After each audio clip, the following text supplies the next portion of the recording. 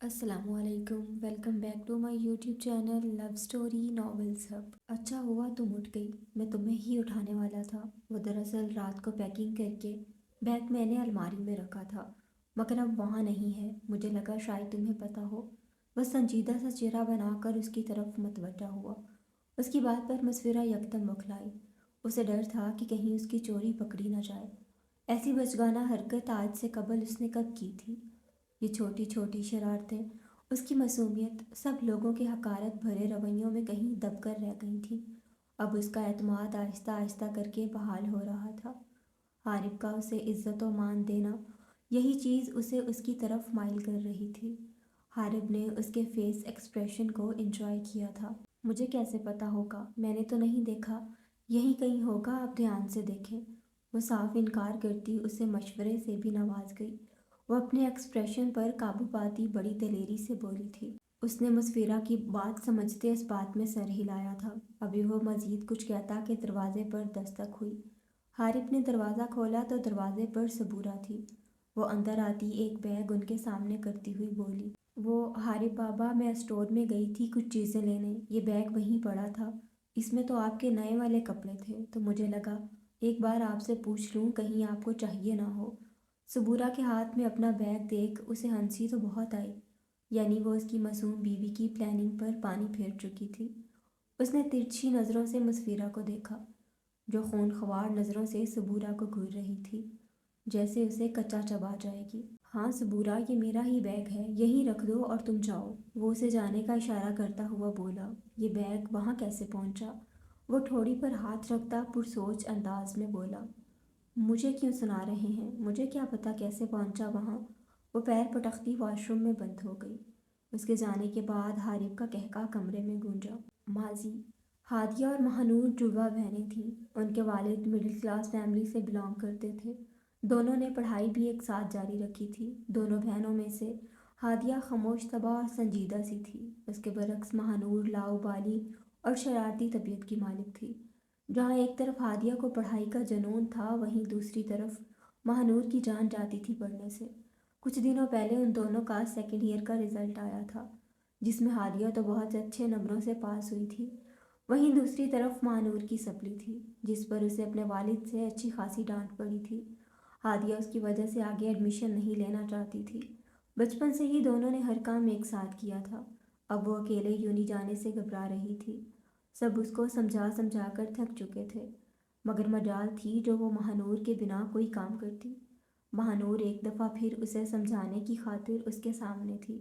ہادیہ، میری جان، سمجھنے کی کوشش کرو۔ میں تو ٹھہری صداقت کی نکمی۔ تم میری وجہ سے کیوں اپنا سال برباد کرنا چاہ رہی ہو؟ میں تمہیں ہرگز ایسا نہیں کرنے دوں گی۔ تم کل ہی چل رہی ہو میرے ساتھ ایڈمیشن کروانے، وہ دو ٹوک لہجے میں بولی۔ ماں، تم سمجھنے کی کوشش کرو۔ ہم نے بچپن میں پرامس کیا تھا کہ ہم ہر کام ایک ساتھ کریں گے، ایک دوسرے کے ساتھ ہمیشہ کھڑے رہیں گے۔ پھر میں کیسے اکیلی؟ سمجھو نا ماں، وہ بے بسی سے بولی۔ مجھے پتا ہے تم گھبرا رہی ہو، پر تم فکر مت کرو۔ میں وعدہ کرتی ہوں جو 3 ماہ بعد سپلی پیپرز ہیں، اس کے لیے میں بے حد تیاری کروں گی۔ دیکھنا میں جلد ہی تمہارے پاس ہوں گی۔ میری وجہ سے ماما، پاپا اور بھائی کتنے اداس ہیں۔ جب تم آگے اچھے نمبروں سے کامیاب ہوگی تو دیکھنا وہ سب کتنے خوش ہو جائیں گے۔ تم نہیں چاہتی تم ان کی مسکراہٹ کی وجہ بنو۔ وہ اس کا ہاتھ تھامتی سمجھانے والے انداز میں بولی۔ تم ٹھیک کہہ رہی ہو، پر تم وعدہ کرو کہ تم اچھے سے اپنا پیپر دو گی تاکہ تم بھی یونی آ سکو۔ وہ معصوم سی شکل بناتی ہوئی بولی۔ وعدہ میری جان، وعدہ۔ اسے رضامند ہوتا دیکھ وہ مسکراتی ہوئی بولی۔ آج سب کا ارادہ شاپنگ کرنے کا تھا۔ حارث بھی کچھ دیر پہلے آفس سے واپس آ چکا تھا۔ سب تیار ہو کر گراج میں آ چکے تھے۔ تم اور عائرہ میری کار میں آ جاؤ، حارث اور مسفرہ بھابھی دوسری کار میں آ جاتے ہیں، ذوحان نرسم سے مخاطب ہوتا ہوا بولا۔ ہرگز نہیں، میں آپ لوگوں کے ساتھ یہ قیمتی پل یوں برباد نہیں کر سکتا، اس لیے میں عائرہ کے ساتھ دوسری کار میں آ جاتا ہوں۔ آپ لوگ اپنا دیکھ لیں، ویسے بھی میں نہیں چاہتا کوئی کباب میں ہڈی بنے۔ وہ عائرہ کا ہاتھ تھامتا جلانے والے انداز میں مسکراتا اسے لیے کار کی جانب بڑھ گیا۔ ذوحان نے جل کر اس بدتمیز انسان کی پیٹھ کو گھورا۔ مجال تھی جو وہ کبھی ان کی بات مان لیتا۔ تم بھی جاؤ اپنی بیوی کو لے کر، تمہیں نہ لگے کہ میں روک رہا ہوں تمہیں، ورنہ تمہیں بھی میں کباب میں ہڈی لگوں گا۔ چلو مینسا۔ وہ اسے لیے اپنی گاڑی کی طرف بڑھ گیا۔ حارث نے دونوں بد دماغوں کو دیکھا تھا، پھر سر جھٹکتا ہوا اپنی گاڑی کی طرف بڑھ گیا۔ مسفرہ نے بھی اس کی تقلید کی۔ شاپنگ مال پہنچ کر بھی سب الگ الگ سمت میں بڑھ گئے۔ آج ارسم نے اس کی ایک نہ چلنے دی، بلکہ ساری شاپنگ اپنی مرضی سے کر رہا تھا۔ آئرہ منہ پھلائے اس کے ساتھ ساتھ چل رہی تھی، جو اس سے اس کی مرضی جاننے کی بھی کوشش نہیں کر رہا تھا۔ کب سے اس کا ایٹیٹیوڈ دیکھ، اب اس سے رہا نہیں گیا تو بول پڑی، ارسم، میرے خیال میں ہم شادی کی شاپنگ کرنے آئے ہیں، اور شاید آپ بھول گئے ہیں کہ شادی صرف آپ کی نہیں ہے بلکہ میری بھی ہے۔ آپ تو ایسے شاپنگ کر رہے ہیں جیسے یہ لڑکیوں والے ڈریس بھی آپ ہی پہنیں گے۔ حد ہو گئی، جس نے پہننے ہیں اس کی رائے تو لے لیں۔ وہ غصے سے اس کی توجہ اپنی طرف مبذول کرواتی ہوئی بولی، تو کیا ہو گیا؟ میری بیوی میری پسند کی ڈریسنگ نہیں کر سکتی؟ کیا میں تمہارے لیے شاپنگ نہیں کر سکتا؟ وہ معصوم سا منہ بناتا اس کی طرف دیکھتا ہوا بولا۔ آئرہ اچھے سے آگاہ تھی اس معصوم چہرے کے پیچھے چھپے ہوئے چالاک انسان سے۔ وہ اس کی بات پر پیر پٹکتی ہوئی آگے بڑھ گئی۔ ارسم نے اس کا ناراض ناراض چہرہ دیکھا۔ اس نے اب اپنے مذاق کو مزید طول دینے کا ارادہ ترک کیا اور اس کے پیچھے بھاگا۔ وہ ناراض سی منہ پھلائے ایک سائڈ پر کھڑی تھی۔ ارسم نے اس کے کندھوں کے گرد بازو حائل کیے۔ کچھ پسند آیا روح؟ وہ سوالیہ نظریں اس پر ٹکاتا ہوا بولا۔ میرے پسند کرنے سے کیا ہوگا؟ کرنی تو آپ نے اپنی مرضی ہے، وہ نہ روٹھے لہجے میں گویا ہوئی۔ نہیں، باقی شاپنگ تم اپنی مرضی سے کرو گی، میں تو محض مذاق کر رہا تھا۔ تمہیں اپنی من پسند چیز لینے کے لیے میری اجازت کی بھی ضرورت نہیں، بلکہ اب تو یہ میرا فرض ہے تمہاری ساری خواہشات کو پورا کروں۔ وہ اس کا ماتھا چومتا ہوا بولا۔ آئرہ اس کی بے باکی پر گھبرائی۔ اس نے گھبرا کر ارد گرد دیکھا، یقین دہانی کرنے کے لیے کہ کسی نے دیکھا تو نہیں۔ بے شرم انسان، یہ آپ کا گھر نہیں ہے، ہزاروں لوگ ہیں، کیا سوچیں گے؟ اس نے ارسم کا ہاتھ ہٹایا۔ جو سوچتا ہے سوچنے دو، مجھے فرق نہیں پڑتا، بس تم میرے لیے بے حد خاص ہو۔ اس چیز کے اظہار کے لیے میں کبھی بھی جگہ کا پابند ہرگز نہیں ہوں، میری محرم ہو تم۔ وہ اس کی آنکھوں میں دیکھتا ہوا بولا۔ وہ اسے معتبر کیے اس کا ہاتھ تھام گیا۔ آئرہ نے چمکتی آنکھوں سے ساتھ چلتے ہوئے اس شخص کو دیکھا۔ ذوحان بار بار اس سے کوئی نہ کوئی ایسی بات کر رہا تھا تاکہ اسے غصہ آئے اور وہ اس سے بات کرے، مگر وہ چپ شا کا روزہ رکھے بیٹھی تھی۔ مجال تھی جو اس نے ایک بھی لفظ بولا ہو۔ وہ خاموش سی اس کے ساتھ ساتھ چل رہی تھی۔ وہ کب سے اس کی باتوں پر کڑ رہی تھی، مگر بولی پھر بھی نہیں تھی۔ ابھی بھی وہ انہی سوچوں میں گم تھی جب ذوحان کی آواز اس کے کانوں میں گونجی۔ اس نے حیرانی سے سر اٹھا کر اس کی طرف دیکھا۔ جانا، وہ ہولے سے بڑبڑایا۔ منسا نے اس کی نظروں کے تعاقب میں دیکھا تو اسے سارا معاملہ سمجھ آ گیا۔ اس کے ایکسپریشن دیکھ ذوحان کو شرارت سوجھی۔ تمہیں پتہ ہے، یونی میں جانا مجھے پرپوز بھی کر چکی ہے، تب تو میں نے منع کر دیا تھا، مگر اب افسوس ہو رہا ہے، کاش۔ وہ جملہ ادھورا چھوڑ اس کو دیکھنے لگا، مگر وہ سر جھکائے زمین پر نہ جانے کیا ڈھونڈنے میں مگن تھی۔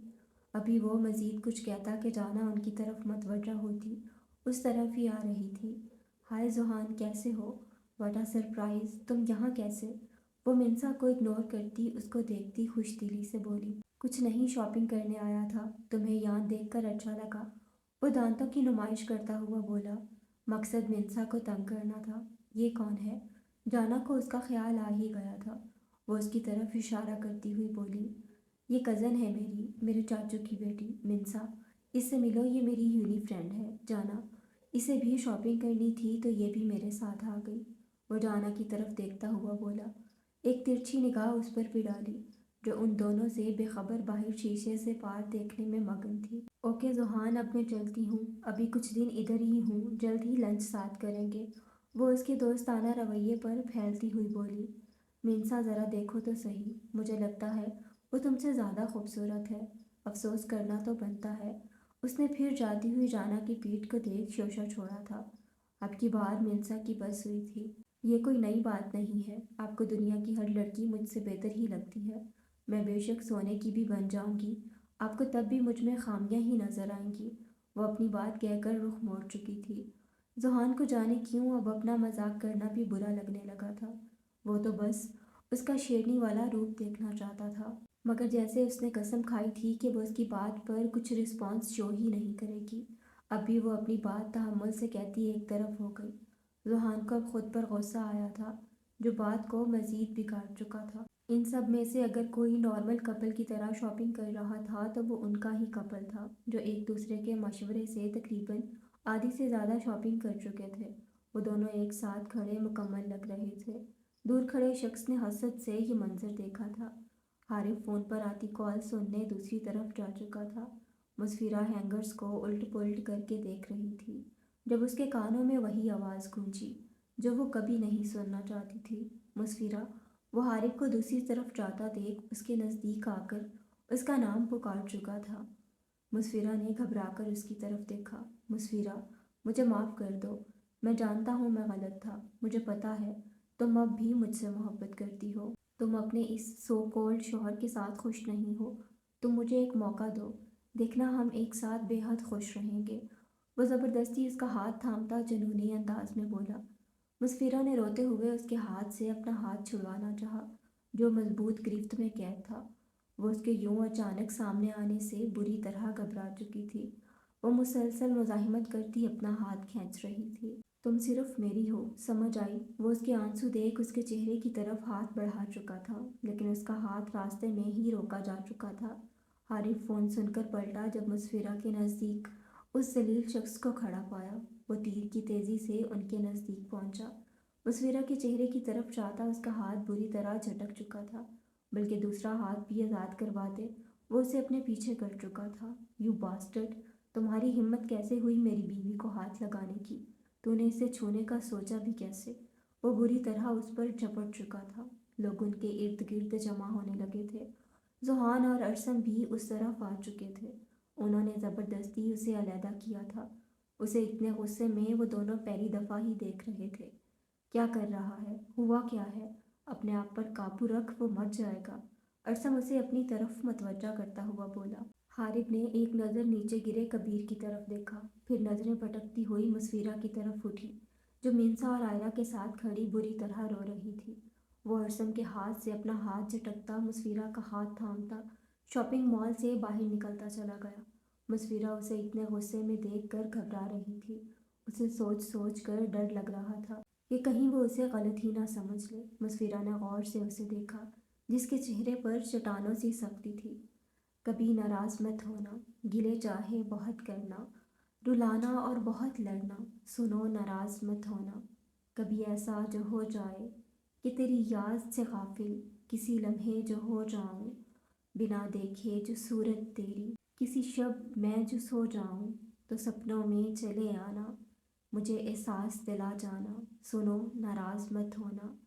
کبھی ایسا جو ہو جائے جنہیں کہنا ضروری ہو، وہ مجھ سے الفاظ کھو جائیں، انا کو بیچ مت لانا، میری آواز بن جانا، کبھی ناراض مت ہونا۔ وہ اسے گھر لا کر کمرے میں چھوڑ کر جا چکا تھا۔ اس کے یوں چلے جانے پر وہ کچھ اور ہی مطلب اخذ کرتی بری طرح بکھری تھی۔ اسے یوں محسوس ہو رہا تھا جیسے اسے پھر وقت کے پیچھے دھکیل دیا گیا ہو۔ حارث کے جانے سے وہ یہی مطلب اخذ کر کے بیٹھی تھی کہ وہ اسے جلد یا بددیر چھوڑ دے گا۔ اسے اس سب میں زیادہ اپنی ہی غلطی لگی۔ شادی کے بعد سے کب ایسا موقع آیا تھا جب اس نے حارث سے صحیح سے بات کی ہو؟ جب بھی وہ ان فاصلوں کو کم کرنے کی کوشش کرتا، مسفرہ نے ہر دفعہ اسے خود سے دور دھکیلا تھا۔ رات کا اندھیرا آہستہ آہستہ پھیلتا شام کی لالی کو ختم کر گیا تھا، مگر وہ اسی پوزیشن میں صوفے پر بیٹھی اپنی بے بسی پر رو رہی تھی، بار بار نگاہ بھٹک کر دروازے کی طرف جا رہی تھی۔ اسے گئے ہوئے 3 گھنٹے گزر چکے تھے۔ وہ صوفے سے اٹھتی پریشانی سے ادھر ادھر ٹہل رہی تھی۔ اس کی آنکھیں بار بار نم ہو رہی تھیں۔ آخرکار کمرے کا دروازہ کھلا اور وہ تھکا ہارا سا اندر آیا۔ مسفرہ اسے دیکھ کر بھاگتی ہوئی اس کے ساتھ جا لگی۔ حارث نے اس عنایت پر حیرانی سے اسے دیکھا تھا، پھر اس کا رونا محسوس کر کے اپنا ایک بازو اس کے گرد حائل کیا تھا۔ حارث جی، میرا یقین کیجیے، میں نہیں جانتی وہ انسان اب ایسا کیوں کر رہا ہے، کیوں میری زندگی تباہ کرنے آ گیا ہے۔ میرے دل میں اس کے لیے نہ کبھی کچھ تھا اور نہ ہی ہوگا۔ وہ انسان جھوٹ بول رہا تھا، میں اس سے ہرگز محبت نہیں کرتی، میں صرف آپ کے ساتھ رہنا چاہتی ہوں، اس کے سینے سے لگی روتی ہوئی بولی۔ حارث نے اس کی باتیں سن کر گہرا سانس بھرا تھا۔ وہ اس کے احساسات سمجھ سکتا تھا۔ اس نے محبت سے اس کے بال سہلائے تھے۔ سب ٹھیک ہے، کچھ نہیں ہوا۔ وہ اس کا چہرہ روبرو کرتا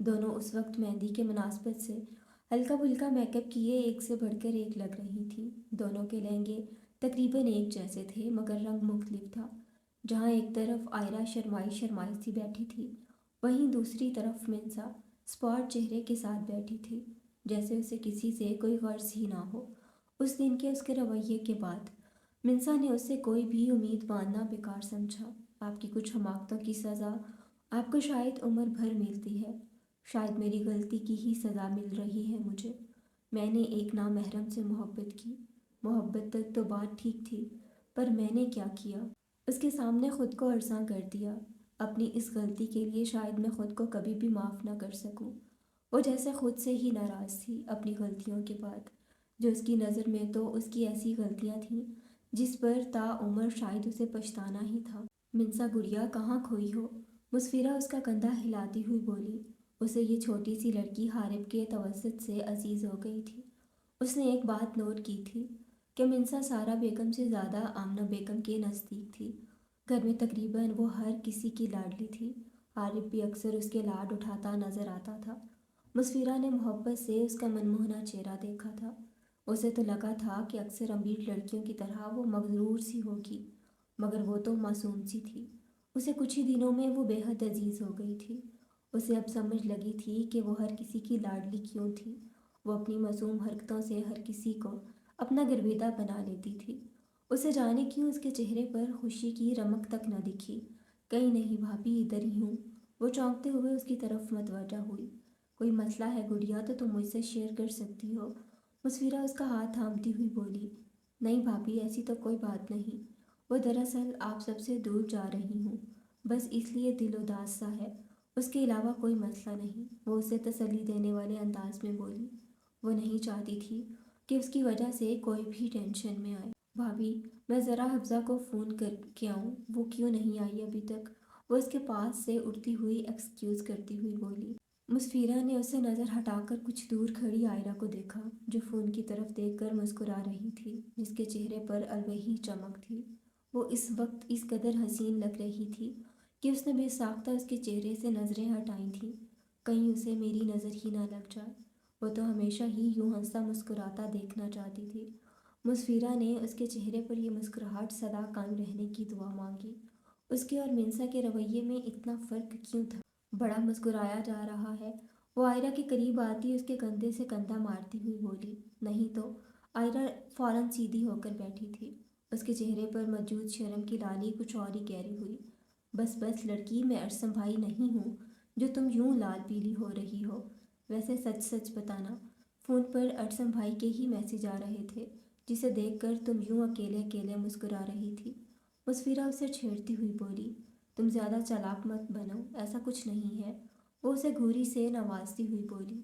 تم نے بالکل ٹھیک کیا ارسم بھائی، اور اس رشتے کو ایک موقع دے کر۔ مجھے یقین ہے تمہارا یہ فیصلہ بالکل درست ثابت ہوگا۔ میں نے ارسم بھائی کی آنکھوں میں دیکھی ہے تمہارے لیے دیوانگی، وہ مسکراتی ہوئی بولی۔ اس کی بات پر آئرہ نے بھی اس کی طرف مسکراہٹ اچھالی۔ محبت تو تم سے حارب بھائی بھی کرتے ہیں، تم کیوں ان کا ہاتھ نہیں تھام لیتی؟ وہ تمہیں بے حد خوش رکھیں گے، آئرہ اسے سمجھانے والے انداز میں بولی۔ اسے اپنی یہ دوست بے حد عزیز تھی۔ صحیح کہہ رہی ہو تم، حارب جی بے حد اچھے ہیں، میں بھی اپنی زندگی میں اب خوش رہنا چاہتی ہوں۔ اچھا، میں آتی ہوں، گھر میں دو شادیاں ہیں، کچھ کمی نہ رہ جائے۔ وہ اس کا گال تپ تپاتی ہوئی کمرے سے باہر بڑھ گئی۔ وہ کمرے سے باہر نکلتی کچن کی طرف بڑھ گئی، جہاں مہندی کے تھال اور کچھ ضروری سامان موجود تھا۔ چیزیں پوری کر کے وہ تسلی کر کے مڑی، جب سامنے دروازے پر ہی وہ اسے دیکھتا ہوا اپنی پوری شان کے ساتھ کھڑا تھا۔ مسفرہ دل ہی دل میں اس کی نظر اتارتی، جو بلیک شلوار قمیض میں اچھا خاصا وجیہہ لگ رہا تھا۔ وہ مسکراتے ہوئے اور بھی پیارا لگتا تھا۔ اس کے چہرے پر موجود ہلکی سی مسکراہٹ کو دیکھتے ہوئے سوچا۔ وہ قدم قدم چلتا اس کے نزدیک آیا۔ بیوٹیفل، وہ مبہوت سا اس کا چہرہ دیکھتا ہوا بولا۔ مسفرہ کی پلکیں جھکتی چلی گئیں۔ وہ مبہوت کر دینے والا یہ نظارہ دیکھ کر مسمرائز ہوا تھا۔ اس نے ہاتھ بڑھا کر اس کی گرتی اٹھتی پلکوں کو چھوا تھا، پھر وہ جھکتا ہوا اس کے آنکھوں کو ہونٹوں سے چھو گیا۔ اس کی اس بے باک حرکت پر وہ کانوں تک سرخ پڑی تھی۔ وہ اس کے کان کے نزدیک جھکتا سرگوشی نما آواز میں بولا۔ ہیں آنکھیں جھیل سی، چہرہ کتاب جیسا۔ کہ میرے یار کا ہر نقش خواب جیسا، کسی بھی بات پر اب بھیگتی نہیں آنکھیں کہ اپنا حال بھی سوکھے چناب جیسا ہے۔ یہ آرزو ہے کہ کبھی تو اندھیری شب میں ملے وہ ایک شخص کے جو مہتاب جیسا ہے۔ یہ ساز جاں تو خاموش ایک عمر سے ہے، اگرچہ لہجہ ابھی تک رباب جیسا ہے۔ میں اس کے حسن کی تعریف کس طرح کروں، وہ آفتاب سا وہ مہتاب جیسا ہے۔ تمہارے بعد میں کس چیز سے لگاؤں دل، میری نظر میں سب کچھ ہے باب جیسا ہے۔ ہر ایک ذرہ چمکدار نہیں ہوتا، ہر ایک ذرہ اگر آفتاب جیسا ہے۔ کیسے سناؤں میں اس دل کی داستان واسق، شب فراق کا ہر ایک پل عذاب جیسا ہے۔ وہ اس کے کانوں میں رس گھولتا، اپنی محبت کے پھول اس کے چہرے پر کھلاتا، اسے ہکا بکا چھوڑ کر جا چکا تھا۔ وہ دونوں بھی مہندی کی مناسبت سے کرتا شلوار پہنے محال پر چھائے ہوئے تھے۔ ارسم نے بیزارگی سے ارد گرد نظر دوڑائی تھی، اسے تو اب بوریت ہونے لگی تھی۔ اس نے کچھ دور کھڑے حارث کو اشارے سے پاس بلایا۔ یار، بھابھی کو کہے اب آئرہ کو لے بھی آئیں، وہ جھنجھلاتے ہوئے بولا۔ اس کے لہجے میں بیزارگی سی تھی۔ اوئے ہوئے، ہمارے مجنوں سے انتظار نہیں ہو رہا؟ حارث اسے دیکھتا شوخی سے بولا۔ اپنی بکواس بند کر اور جو کہا ہے وہ کر، ارسم منہ بناتا ہوا بولا۔ اتنا اکڑ کیوں رہا ہے؟ چل جا، میں نہیں مان رہا تیری بات، کیا کر لے گا؟ حارث اسے گھوری سے نوازتا ہوا بولا۔ اچھا میرا پیارا بھائی نہیں، وہ اسے پچکارتے ہوئے بولا۔ چل زیادہ مکھن نہ لگا، کرتا ہوں کچھ، وہ اسے تسلی دینے والے انداز میں کہتا ہوا اسٹیج سے اترتا مصویرہ کی طرف بڑھ گیا۔ پھر نہ جانے اس نے ایسا کیا کہا تھا کہ واقعی ہی 10 منٹ میں منسا اور آئرہ دونوں کو مہندی کے دوپٹوں تلے باہر لایا گیا۔ ارسم سے اسے دیکھتا ہی مبہوت ہوا تھا، وہ لگ ہی اتنی پیاری رہی تھی۔ اس کے منہ سے بے ساختہ ماشاءاللہ کے الفاظ ادا ہوئے تھے۔ دل ایک دم مغرور ہوا تھا یہ سوچ کے کہ وہ صرف اس کی ہے۔ وہ اپنی محبوبیت پر ہنسا تھا، پھر سر چٹکتا اسٹیج سے نیچے اتر کر اس کا ہاتھ تھام اسے ہونٹوں سے لگا چکا تھا، پھر ذرا سا جھک کر اس کے کان میں کچھ سرگوشی کی۔ اس کی اتنی دیدہ دلیری پر سب نے ہوٹنگ کر کے اس کا ساتھ دیا تھا۔ آئرہ اس کی پیش قدمی پر سمٹ کر رہ گئی۔ ارسم نے اس کا ہاتھ تھام کر اس کی خوبصورت آنکھوں میں جھانکا تھا جو شرم سے بوجھل ہو رہی تھی۔ لونگ بیوٹیفل مائی گرل، وہ اس کے ایک ایک نقش کو حفظ کرتا ہوا بولا۔ اس کی آنکھوں میں اپنے لیے ستائش دیکھ کر وہ ذرا سا مسکرائی تھی، پھر اس کے ہمدم ہوتے ہوئے اسٹیج کی طرف بڑھ گئی۔ ذوحان نے غصے سے اسے گھورا تھا جو یہ سب کر کے ہیرو بن گیا تھا۔ منسا پہلے ہی اس سے خفا تھی، یقیناً ان سب کے بعد وہ اپنی قسمت اس کے ساتھ پھوڑنے پر پچھتا رہی ہوگی۔ ارسم اس کی چبھتی ہوئی نظریں اچھے سے خود پر محسوس کر سکتا تھا۔ اسے ذوحان کے انداز پر ہنسی سی آئی تھی۔ اس نے جان بوجھ کر اس کی طرف چہرہ موڑ کر اسمائل پاس کی۔ ذوحان اندر تک جل کے رہ گیا۔ دوسری طرف منسا واقعی ہی اس منظر کو حسرت سے دیکھا تھا۔ انہیں ایک ساتھ دیکھ اس نے بے ساختہ دل میں ماشاءاللہ کہا تھا، کہیں اس کی خود کی ہی نظر نہ لگ جائے۔ وہ دونوں ایک ساتھ مکمل کپل کی عکاسی کر رہے تھے۔ وہ حسد بالکل بھی نہیں کر رہی تھی، پر دل میں ایک کسک سی تھی۔ مصفرہ اور حارث بھی ایک ساتھ کھڑے بے حد اچھے لگ رہے تھے۔ پورے فنکشن کے دوران وہ حارث کی نظریں خود پر محسوس کر سکتی تھی۔ ان دونوں کو کوئی بڑی چبھتی ہوئی نظروں سے دیکھ رہا تھا۔ وہ کوئی اور نہیں بلکہ سارہ بیگم تھی۔ ان کے مطابق یہ لڑکی ان کی بہو بننے کے لائق ہرگز نہیں تھی۔ وہ اس بات کا احساس اکثر اسے دلاتی رہتی تھی۔ شاید ایک وجہ یہ بھی تھی ان کے اس ادھورے نامکمل رشتے کی۔ حارث نے حسرت سے اسے ادھر سے ادھر ہوتے دیکھا تھا، جانے کب ان کی زندگی ایک ٹریپ پر آنی تھی۔ اس نے بوجھل ہوتے دل سے سوچا، کاش تم پوچھو مجھ سے کیا چاہیے، میں پکڑوں ہاتھ تیرا اور کہوں تیرا ساتھ چاہیے۔ پورے فنکشن میں ایک ہی جگہ بیٹھ بیٹھ کر وہ اکڑ سی گئی تھی۔ کمرے میں آتے ہی اس نے سارا زیور اتارا تھا اور قدرے آرام دہ سوٹ لے کر چینج کرنے چلی گئی۔ وہ چینج کر کے فریش چہرے سے باہر آئی تھی جب اس کا موبائل رنگ ہوا۔ ارسم کی کال آتے دیکھ اس کے ہونٹ مسکراہٹ میں ڈھلے۔ جی جناب بولیے، وہ کال اٹھاتی ہوئی بولی۔ روح، نیچے آؤ یار، میں ویٹ کر رہا ہوں، وہ چھوڑتے ہوئے بولا۔ کیوں آؤں، اور آپ میرا انتظار کیوں کر رہے ہیں؟ میں تو نہیں آ رہی، وہ اس کی بات کے جواب میں سکون سے بولی۔ روح یار نیچے آؤ نا، مہندی میں بھی تم سے ٹھیک سے بات نہیں ہو پائی، وہ جھنجھلاتے ہوئے بولا۔ ارسم میں نہیں آ رہی، سب گھر والے کیا سوچیں گے، وہ بھی لال جھنڈی دکھاتی ہوئی بولی۔ اچھا بولو، آئس کریم کھاؤ گی یا میں اکیلے ہی چلا جاؤں؟ وہ آخری حربہ آزماتا ہوا بولا۔ Ice cream? ہاں چلوں گی، بس 2 منٹ ویٹ کریں، آ رہی ہوں، وہ فون بند کرتی عجلت میں بولی۔ ارسم اس کی تیزی پر ذرا سا مسکرایا تھا۔ اسے پتا تھا یہ حربہ ضرور کام کرے گا، اور واقعی ہی تیر بالکل نشانے پر لگا تھا۔ وہ مسکراتے ہوئے گارڈن میں چہل قدمی کرتے ہوئے اس کا انتظار کرنے لگا۔ وہ سارا کام ختم کرتی چہکتی ہوئی کمرے کی جانب بڑھی تھی جب کسی نے اس کا بازو اپنی آہنی گرفت میں قید کرتے جھٹکا دیا تھا۔ وہ گرتے گرتے بچی تھی۔ اس نے حیرانی سے سامنے والے کو دیکھا تھا جس کی گرفت میں اس کا بازو تھا۔ ماما، وہ ہولے سے بڑبڑائی۔ ڈونٹ کال می ماما، نہیں ہوں میں تمہاری ماما۔ خوب جانتی ہوں تم جیسی لڑکیوں کو کہ کیسے امیر لڑکوں کو اپنے جال میں پھنساتی ہو۔ وہ شعلہ بار نظروں سے اسے گھورتی ہوئی بولی۔ ماما، جیسا آپ سوچ رہی ہیں ویسا کچھ نہیں ہے، وہ منمناتی ہوئی بولی۔ تم یہ معصومیت کا ناٹک کر کے حارب کو رجھا سکتی ہو پر مجھے نہیں۔ تم میرے بیٹے کا پیچھا کیوں نہیں چھوڑ دیتی؟ پیسے چاہیے تمہیں یا جائیداد؟ بولو، جو چاہو گی ملے گا، بس میرے بیٹے کی زندگی سے نکل جاؤ، سمجھی تم؟ تمہارا اور اس کا کوئی جوڑ نہیں، کبھی دیکھا ہے خود کو؟ مجھے نفرت ہے تمہارے اس بولنے کے انداز سے۔ یقیناً ایک دن ایسا ضرور آئے گا کہ حارب خود اپنے اس فیصلے پر پچھتائے گا، اور وہ دن دور نہیں۔ وہ انگلی اٹھاتی، ان کا انداز وارننگ دینے والا تھا۔ مجھے نہ پیسے چاہیے اور نہ ہی کوئی جائیداد، مجھے بس حارب جی کا ساتھ چاہیے۔ آپ نہیں سمجھ سکتی ہمارے رشتے کو، یا آپ سمجھنا ہی نہیں چاہتی۔ میں ہرگز بھی انہیں نہیں چھوڑوں گی، اور مجھے پورا یقین ہے کہ حارب جی کبھی بھی اس فیصلے پر نہیں پچھتائیں گے۔ وہ ان کے ہاتھ سے اپنا بازو چھڑواتی مضبوط انداز میں بولی۔ سارا بیگم کا بس نہیں چل رہا تھا کہ اسے کہیں غائب کر دیتی۔ بہت جلد تمہارا بھی انتظام کرتی ہوں، وہ تنفن کرتی ہوئی وہاں سے چلی گئی۔ مسفرہ نے ان کے جاتے ہی سر جھٹکا۔ وہ اکثر ہی ان کی باتوں پر ڈسٹرب ہو جایا کرتی تھی۔ اس نے ساری سوچوں کو جھٹکا اور اپنے روم کی طرف بڑھی۔ جب ہاتھ میں پکڑا موبائل بجا۔ کوئی ان نون نمبر تھا۔ پہلے تو اس کا دل کیا کہ نہ اٹھائے، جانے کون ہوگا، پھر کوئی ضروری کال کا سوچ کر وہ کال پک کر چکی تھی۔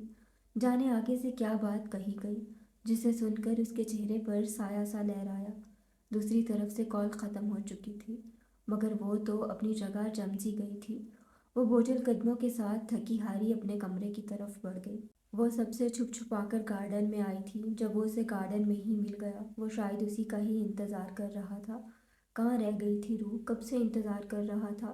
وہ اسے نزدیک آتا دیکھ کر بولا، آپ سب یہ باتیں چھوڑیے اور جلدی سے چلیے، کہیں کوئی دیکھ ہی نہ لے اور پھر آپ کے ساتھ جانے پر پابندی لگا دے۔ وہ اس کا ہاتھ تھامتی عجلت بھرے انداز میں بولی۔ ریلیکس جانم، کوئی نہیں روکے گا ہمیں، میں ہوں نا تمہارے ساتھ بیوٹیفل، وہ اس کے گرد بازو کا احساس بناتے ہوئے بولا۔ وہ اس کی بات سمجھتی اپنی جلد بازی پر جھجکتی ہوئی اس بات میں سر ہلا گئی۔ میں یہ کبھی نہیں چاہوں گا کہ تم میرے آگے سر جھکاؤ، بلکہ ہمیشہ مان سے حکم دیا کرو۔ ہاں، تمہاری جھکی نظریں ہمیشہ مجھے اپیل کرتی ہیں، جو تمہاری حیا کی نشانی ہے۔ وہ اسے جھجک کر سر جھکاتے دیکھ کر بولا۔ وہ ٹھوڑی کے نیچے ہاتھ رکھتا اس کا چہرہ روبرو کرتے اس کے ماتھے پر عقیدت بھرا بوسہ دے گیا۔ شکریہ میری زندگی میں آنے کے لیے اور اسے اتنا حسین بنانے کے لیے۔ وہ ہلکا سا مسکراتی اس کے خود کے گرد پھیلے بازو پر اپنا ہاتھ جما گئی۔ اس کی باتوں پر آئرہ کی آنکھوں میں واضح ستائش بھری چمک تھی۔ شکریہ میرا نہیں تمہارا روح، جو تم نے مجھ پر بھروسہ کر کے ہمارے رشتے کو ایک موقع دیا۔ جب سے تم زندگی میں شامل ہوئی ہو، زندگی کا ہر پل حسین لگنے لگا ہے۔ وہ اس کے معصوم دلکش چہرے پر بھٹکنے لگا۔ اس کی شدت بھری جسارتوں پر وہ اپنے آپ میں سمٹ کر رہ گئی۔ آئرہ نے اس کے سینے پر ہلکا سا دباؤ ڈال کر پیچھے دھکیلا تھا۔ وہ تو مزید بہکنا چاہتا تھا، مگر اسے ہی ارسم کو جگہ کا احساس دلانا پڑا۔ ارسم بالوں میں ہاتھ پھیرتا پیچھے ہٹا۔ وہ اس کی جھجک کم کرنے کو بولا۔ آئس کریم کھانے نہیں جانا؟ وہ ذرا سا جھکتا اس کی آنکھوں میں دیکھتا ہوا بولا۔ وہ محض اس بات میں سر ہلاتی اس کا ہاتھ تھام گئی۔ ان کی زندگی میں ایک دوسرے کے لیے محض محبت ہی نہیں، بلکہ عزت، مان، بھروسہ سب کچھ تھا۔